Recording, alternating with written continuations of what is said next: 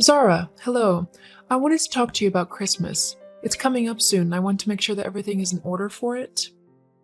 Hello, Helen. Yes, for the 10th time, I've got everything under control.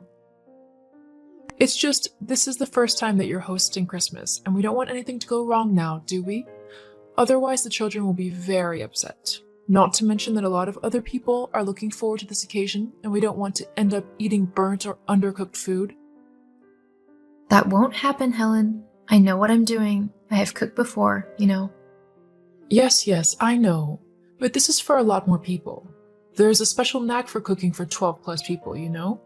With your limited experience, I would be surprised if you could do it for the first time. We're definitely going to need my help.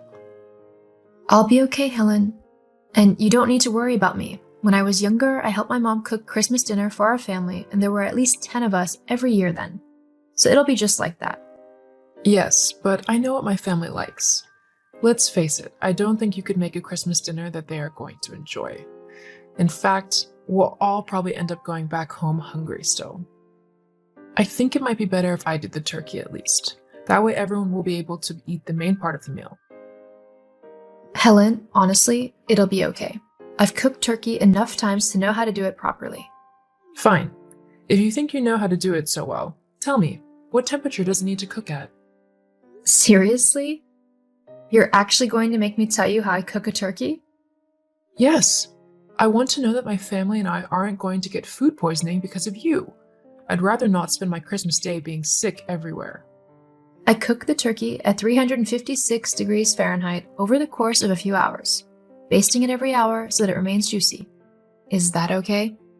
Well, if you really want it to remain juicy, then you should baste it every half an hour. That's how I do it, and my family loves the turkey. Yes, well, I do it every hour and it turns out perfectly fine. Besides, I'll be making the sides too, and I also want to spend a bit of time with my family so that we can actually enjoy the day together. Well, with that half-assed attitude, I doubt the food will be okay. Meaning, If you're going to insist on cooking such an important meal, then you need to be dedicated to it all day, until it's served. You can't just do things half-heartedly. You can spend time with Mike and the kids after the dinner's done. excuse you, but I will spend my day however I want it. The food will be fine. I'll prep a lot of it the night before so that there isn't a lot to do on the day. You can't do that. Why not?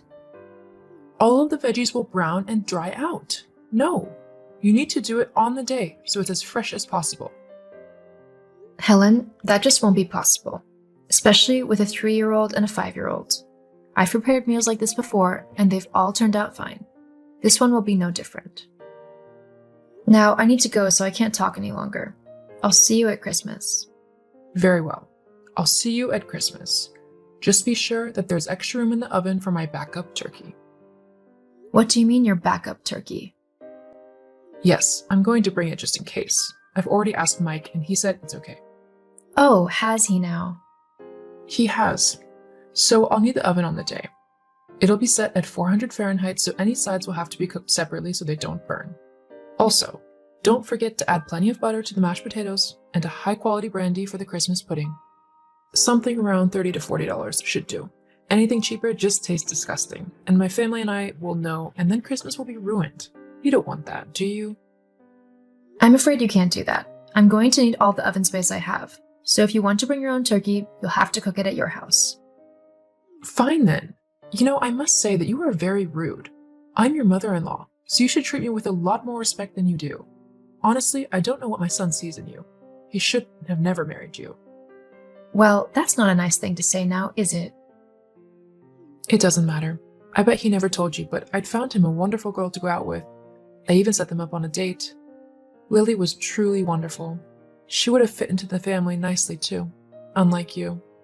But for some reason, Mike simply didn't like her as much as he should have. Honestly, I blame you. If only things had worked out between them. Hang on. Mike went out with someone else? When?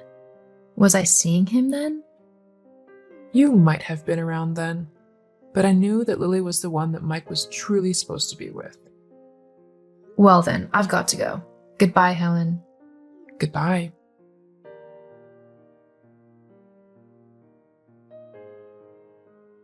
Mike, honey, are you there? Hey, sweetie, how's your day going? Well, not the best, to be honest. Just now, while I was trying to shop for some of the kids' presents, I had your mom message me, telling me all about how she thinks that I'm going to do the Christmas dinner wrong and how none of your family will like what I cook. God, I'm so sorry, Czar. Honestly, don't listen to her. Everyone will love your cooking. I know I do. In fact, I'd have to say you're a better cook than my mom has ever been. Really? Yeah, in my opinion, my mom actually burns the food whenever she cooks it. There's always a bitter taste that goes with it. Plus, this is our first time hosting Christmas, so I'll definitely be around to help if you need or want it. But your mom said that she had asked you if she could cook a backup turkey in our oven and that you had said yes? Whoa, hang on a minute. I never said anything about her cooking a spare turkey in our oven. We're gonna need that space for the rest of the food. This is the first time that I'm hearing anything about her doing that. She's not texting me to ask at all. So you didn't tell her she could do that? No, not at all. I know how important this day is to you, and I never do anything to take it away from you. Thank you, Mike. You really are the best husband. I know. But, What is it? well, it's just that your mom mentioned something else. Yes? She said that she set you up on a date with a woman called Lily, and that she did it whilst you were seeing me? Jeez, she told you about that? So it's true? You were dating other people when we were going out? No, I promise. Look, my mom did set me up with her, but I swear that I had no clue about what she was doing. It was a surprise blind date. My mom asked me to meet her at a restaurant so we could have dinner together, but when I got there, she told me she wasn't going and that there was a young woman in her place. I was mortified at what she'd done, so I immediately told Lily that I was already in a happy relationship and that I wouldn't leave you for the world. But why didn't you tell me about it? I guess I didn't want to taint your opinion of my mom. We'd only been going out for a few months, and I didn't want you to think that my mom hated you. I see. I guess I see where you're coming from. It would have been a bit awkward. But I know for sure she hates me now. I'll be surprised if she doesn't turn up with an entire Christmas dinner. Well, this has gone on long enough. I'll not have my own mom disrespecting my wife like this. And to even try and interfere with our marriage and make you doubt my love for you, that's definitely a big no. She needs to be taught a lesson. But what can we do? Well, Christmas is coming up. Do you mean uninvite her? I think it might be the best option, especially if she's not going to respect us as a couple. I don't want someone so hateful and disrespectful around us during the holidays. If she wants to come, then she needs to apologize to you first. Thank you, sweetie. I'm so grateful you're willing to stick up for me. Hey, I love you. Besides, I had to grow up with my mom, so I know what she's like. I'll let her know her decision tomorrow. Okay, I'll see you soon then. Love you. I love you too.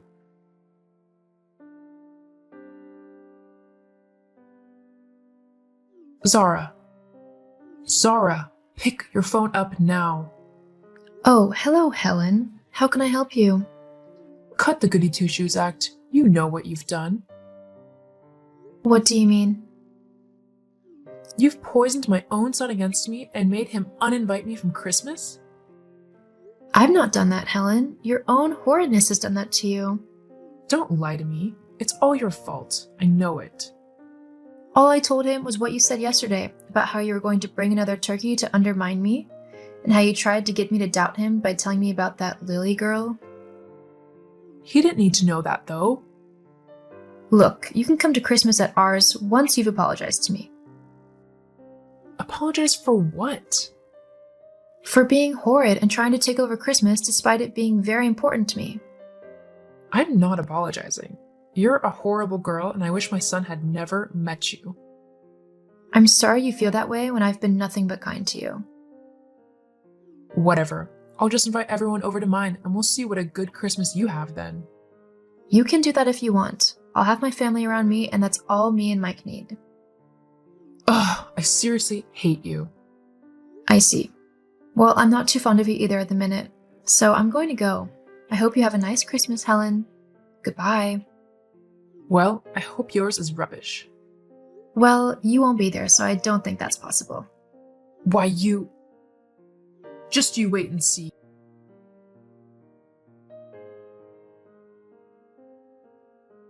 Helen never did apologize, and instead she tried to tell all of her side of the family to go to hers instead of mine and Mike's.